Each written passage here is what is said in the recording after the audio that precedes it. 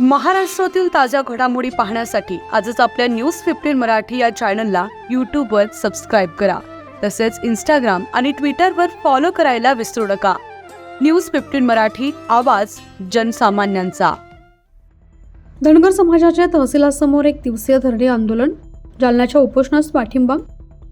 जालना जिल्हाधिकारी कार्यालयासमोर धनगर समाजाचे नेते दीपक बोराड यांच्या सुरू असलेल्या एसटी प्रवर्गाच्या अंमलबजावणीसाठी उपोषणास पाठिंबा देण्यासाठी शिरूर अनंतपाळ तहसील कार्यालयासमोर तालुक्यातील सकल धनगर समाजाकडून एक दिवसाचं धरणं आंदोलन करून तसेच निवेदन तहसीलदार यांना शुक्रवार 26 रोजी निवेदन देण्यात आलं. संविधानिक दृष्ट्या धनगर आणि धनगर एकच असून धनगर समाजाला घटनेनुसार अनुसूचित जमाती प्रवर्गात समाविष्ट करण्यात आलेला आहे. त्यानुसार धनगर समाजाला महाराष्ट्र राज्यात तात्काळ अनुसूचित जमातीच्या सवलती लागू करून समाजाला न्याय द्यावा, यासाठी धनगर समाज आक्रमक झालाय. जालन्याच्या आंदोलनास पाठिंबा देण्यासाठी व शासनाचं लक्ष वेधण्यासाठी शिरूर अनंतपाळ तालुक्यातील सकल धनगर समाजाच्या वतीनं तहसील कार्यालयासमोर एक दिवसाचं धरणे आंदोलन करत तहसील प्रशासनाला निवेदन देण्यात आलं.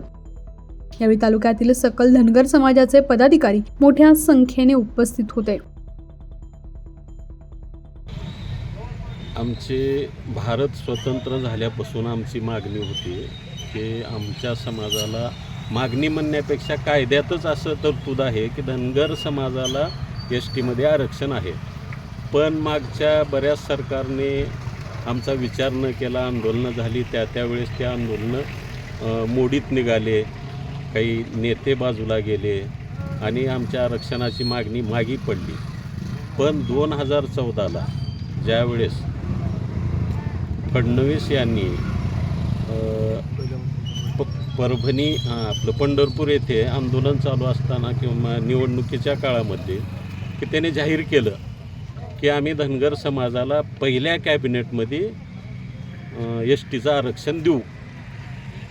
आम्हाला एस टीच्या आरक्षणाची अद्यापपर्यंत अंमलबजावणी झाली नाही. म्हणून आमचे अनिल गोयकर असतील किंवा आता सध्या चालू असलेलं आंदोलन, आज 10वा-11वा दिवस आहे, ते दीपक भाऊ बोराडे यांचं आंदोलन आहे. त्याच्या आंदोलनाला आम्ही पाठिंबा देण्यासाठी आमच्या तालुक्यातून बरेचसे समाज बांधव जालन्याला जाऊन आले 24 तारखेला. आणि आज आम्ही तहसीलच्या समोर धरणे आंदोलन कार्यक्रम केलेला आहे की शासनाच्या लक्षात आणून देण्यासाठी किंवा त्यांचा आमरण उपोषणाचं आंदोलन त्याने त्याच्यावर विचार करावा आणि उपोषण सोडवावं, ह्याच्यासाठी आम्ही लक्षात आणून देण्यासाठी तहसीलच्या समोर आम्ही सर्वजण तालुक्यातील समाज बांधव आंदोलन करत आहोत.